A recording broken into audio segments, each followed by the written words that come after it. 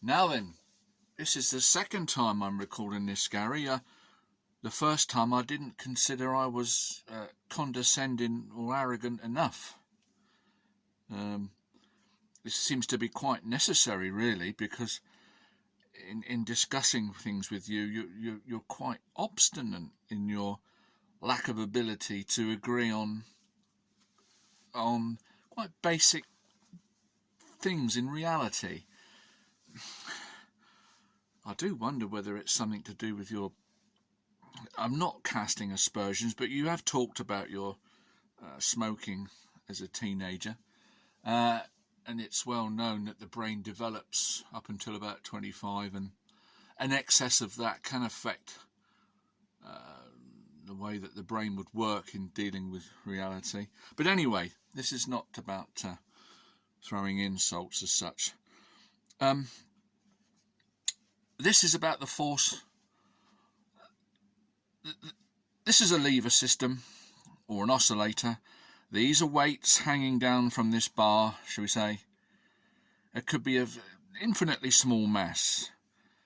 Because we're going to talk about I suppose it's a bit of the mathematics of it, although I'm not a mathematician, but this would come under more of the study of what's called graphic statics, which is the ability to work things out in engineering by drawing lines. So it's a bit of geometry, really.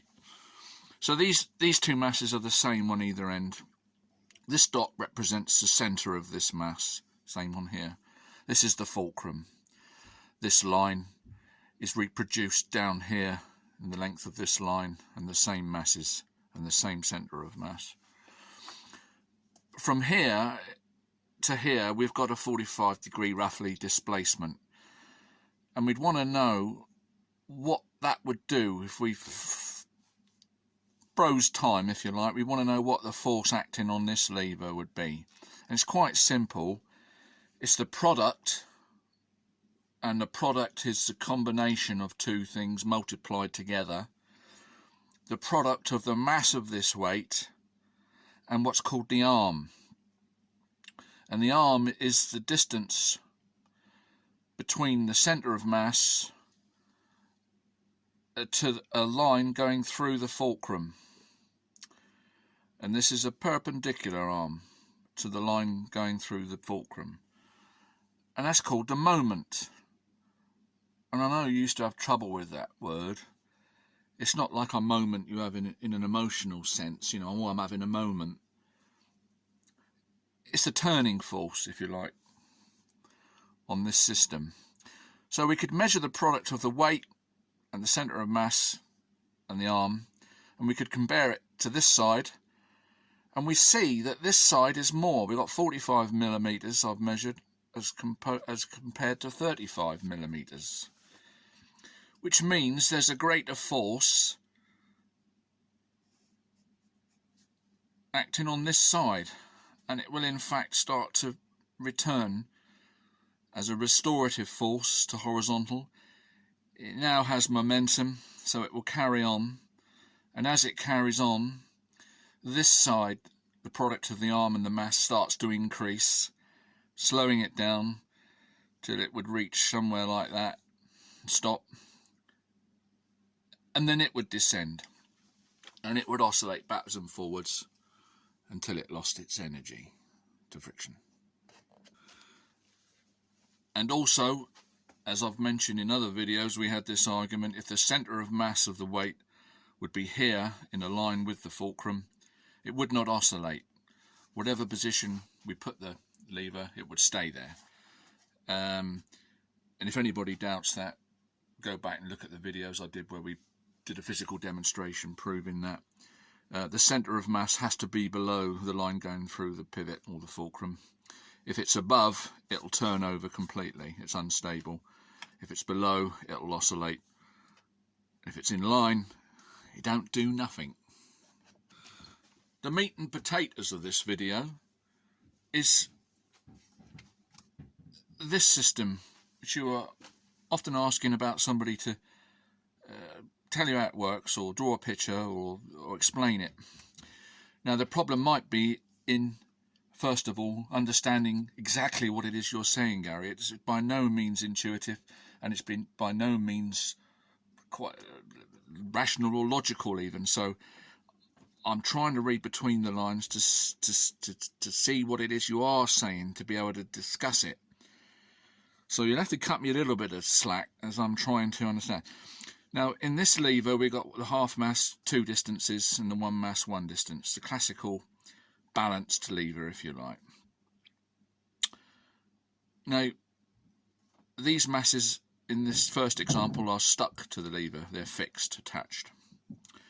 Now, if we gave this a force, this lever, an impulse, and displaced it, what I think it is you're saying is that because this half mass has twice the kinetic energy than this mass does, due to the fact that it's going at twice the velocity, which would give it 4 times the kinetic energy, but it's half the mass, so it's half the kinetic energy.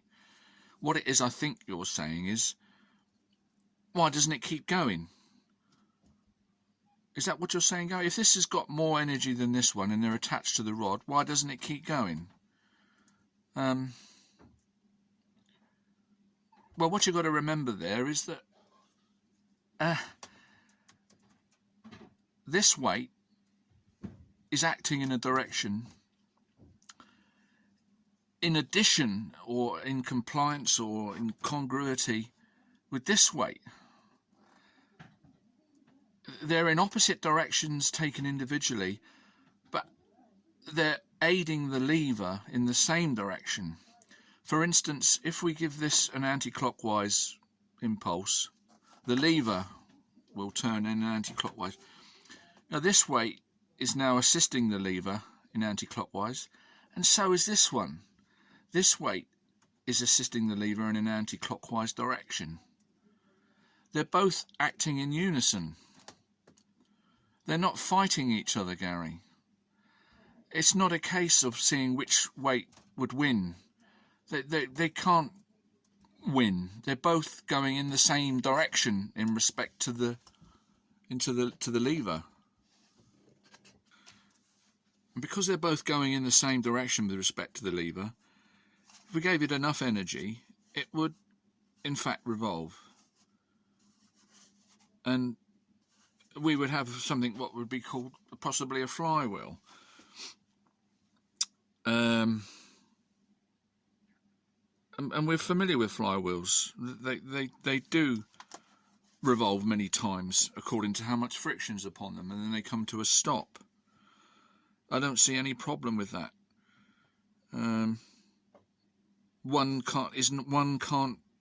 They're not fighting each other. They're both going in the same direction, anti-clockwise, with respect to the lever or with respect to the fulcrum. No problem at all. The other scenario is when the weights, well, first of all, we give a velocity to the lever, it's spinning round, and let's say that the lever is stopped in this position here, horizontal, and the weights are allowed now to fly off, they're released.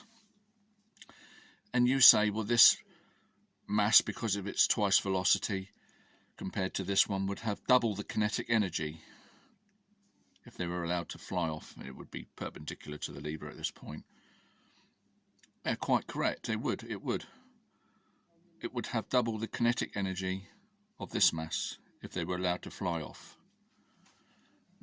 There is no problem with that, and it doesn't affect the situation when they're connected to the lever, as I've already explained. If you do decide to look at this video, Gary, please go back to my previous one. I think it's entitled Gravity Cannot Be Evaded, and please do a review of that. I think that's getting to the point in clarifying the